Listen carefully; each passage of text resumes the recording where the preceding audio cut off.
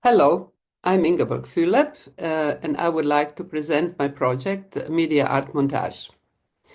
MediaArt Montage I started in 2023 when I realized that there is 50 years since I started to study film editing. But during my life, I changed quite a lot of my uh, interests. I studied at MIT Media Lab and Harvard University New Technologies and Media Art. So later during my life in Berlin, I also work on media art projects as artist, but also as curator and professor, of course, which usually complement that.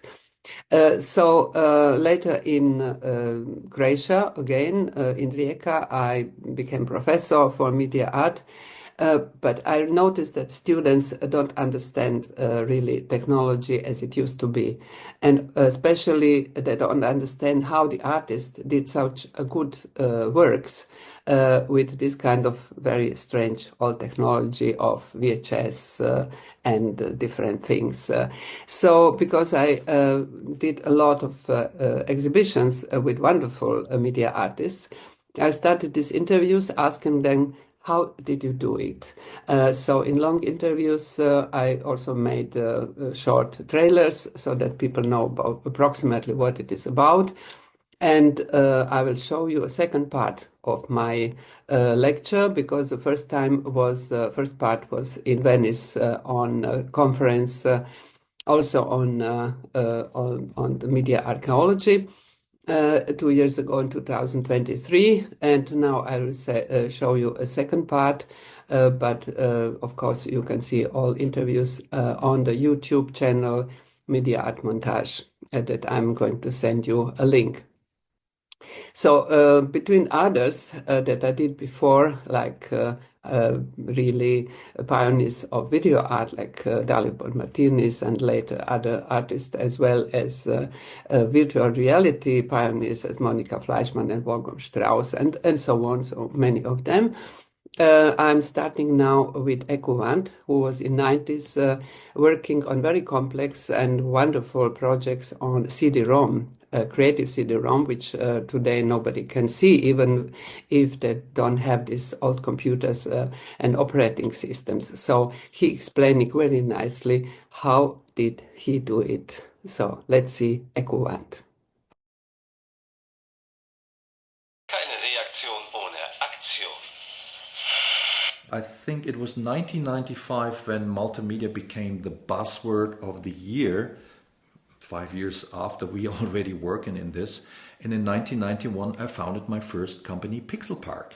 And we felt ourselves like ambassadors for this technology. We had always a computer in the trunk of our car and driving to Hamburg or to the Cologne area, to Frankfurt, to Munich, and present this to ad agencies because they didn't know what is a touchscreen. And although you told them you can touch on the screen, they were scared and stand in front, and the screen is something you shouldn't touch, and no. So it took a while until people understood what it's good for. Either it's for a museum or for a brand experience in a store.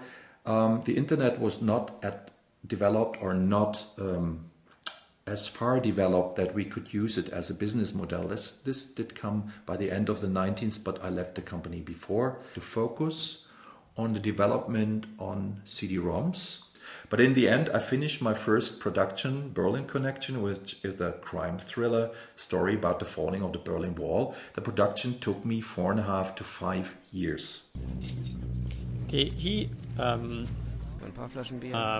he's reading books and writing utensils Aber nur gegen was Alkoholisches. for alcohol. Hemden, Schuhe, Kinderkleidung. Okay, and when we'll come back, folks, we will continue to play Berlin Connection. We did a long series of projects on Ars Electronica, a lot, starting in, I would say, 86 or 87 with a simulated radio station, later pirate radio stations, television stations, pirate television stations, and Yeah, what I got interested was interactivity. It was the exchange between the audience and the transmitter, the feedback loop between the audience and the station.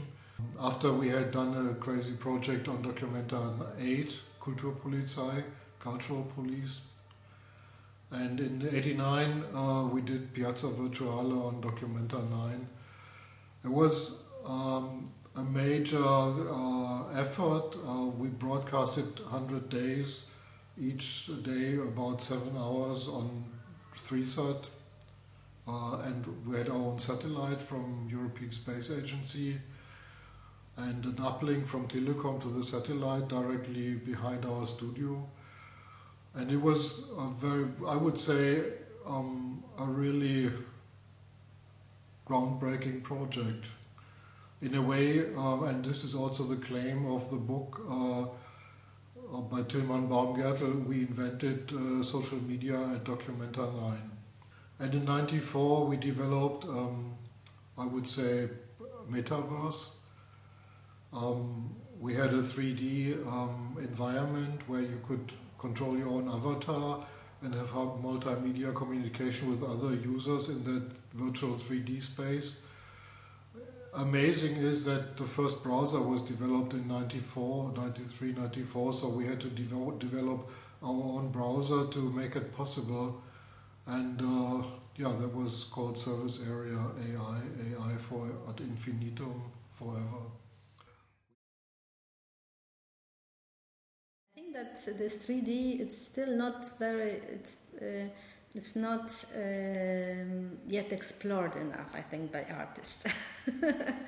It was the spirit of time, that it was actually quite interesting because, when you went to the media mark and so forth, there was everywhere, you've got this 3D screens, monitors, and everybody was thinking, oh, we are going in this direction with the cinemas and so forth, but somehow it died. It didn't went into this direction. Yeah? So, but I think that it is still a lot to explore.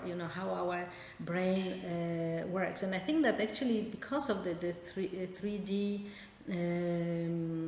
experiences, that was the first step towards VR and immersive technologies. All this question about the perception appeared, and I think that also this reflection how technology is changing our perception. My current research in the fields in which I'm doing a PhD in is based on sensuality of data. I combine performance art with creative coding. For me, where my research is actually rooted and where my art practice is rooted is that all of the experiences that we have as humans, all of the sensual experiences that start from touching, hugging, smiling, it can actually be transferred through code and data.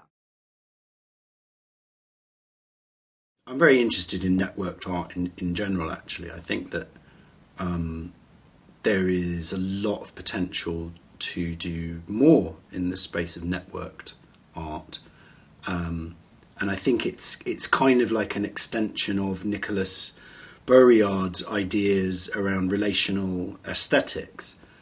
And I think the way that he defined relational aesthetics is that you can create art in the spaces between people's relations, and that art doesn't necessarily need to be overtly political, but that it can be a form of social resistance depending on how things play out, what the relations are, what the interventions are.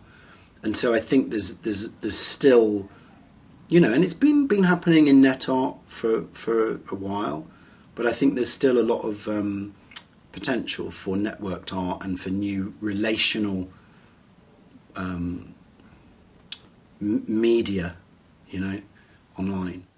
And for myself, really, I'm interested in trying to find ways to use technology at its cutting edge, to kind of push the limits of the technology, but instead of coming back with a discovery or